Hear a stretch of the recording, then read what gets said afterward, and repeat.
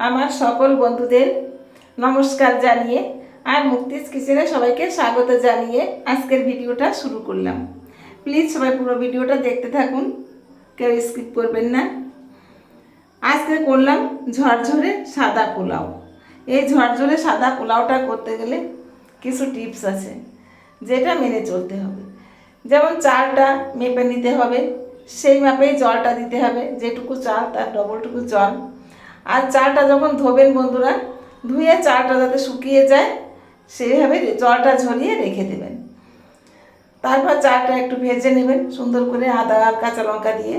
প্রথমে কড়াইতে গোটা গরম মশলা পেঁয়াজটা ভেজে নিয়েছি, তারপর চালটা দিয়ে দিলাম আদা বাটা কাঁচা লঙ্কা সহ দিয়ে একটু লবণ দিয়ে ভাজা ভাজা করে নিলাম একটু। তারপর কিছু কিশমিশ দিয়ে দিলাম, দিয়ে আরেকটু ভেজে নিয়ে আমি গরম জলটা দিয়ে দিলাম। অবশ্যই গরম জল দিতে হবে, ঠান্ডা জল দিলে কিন্তু ভালো হবে না। গরম জলটা দিয়ে আমি একটু চাপা দিয়ে রাখলাম। আর এদিকে আরেকটু গরম জল বসিয়েছি।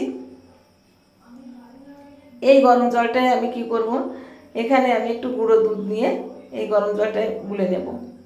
আর অ্যাড করে দিলাম 1 চামচ চিনি, পরিমাণ মতো এটা দিবেন। আমি কোনো ফ্লেভার এখানে ব্যবহার করিনি।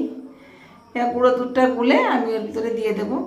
যাই হোক বন্ধুরা, আজকের এই ভিডিওটা আপনাদের কেমন লাগলো একটু কমেন্টে জানিয়ে যাবেন। আর আমার ভিডিওগুলো যদি আপনাদের ভালো লাগে লাইক কমেন্ট শেয়ার করবেন।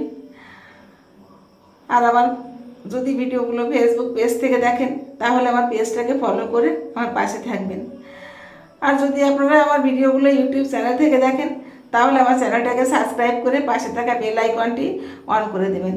আর যে সকল বন্ধুরা আমাকে সাবস্ক্রাইব করেছেন বা আমাকে ফলো করেছেন সেই সকল বন্ধুদেরকে জানাই অসংখ্য ধন্যবাদ। আর যে সকল বন্ধুরা এখনও আমার চ্যানেলটাকে সাবস্ক্রাইব করেননি বা আমার পেজটাকে ফলো করেননি সেই সকল বন্ধুদের কাছে অনুরোধ আমার, সবাই আমার চ্যানেলটা সাবস্ক্রাইব করুন আর আমার পেজটাকে ফলো করে আমার পাশে থাকুন। সবাই একটু কমেন্ট করে জানাবেন প্লিজ আজকের ভিডিওটা কেমন লাগলো। ধন্যবাদ সবাইকে, ভালো থাকবেন। আজ এ পর্যন্তই।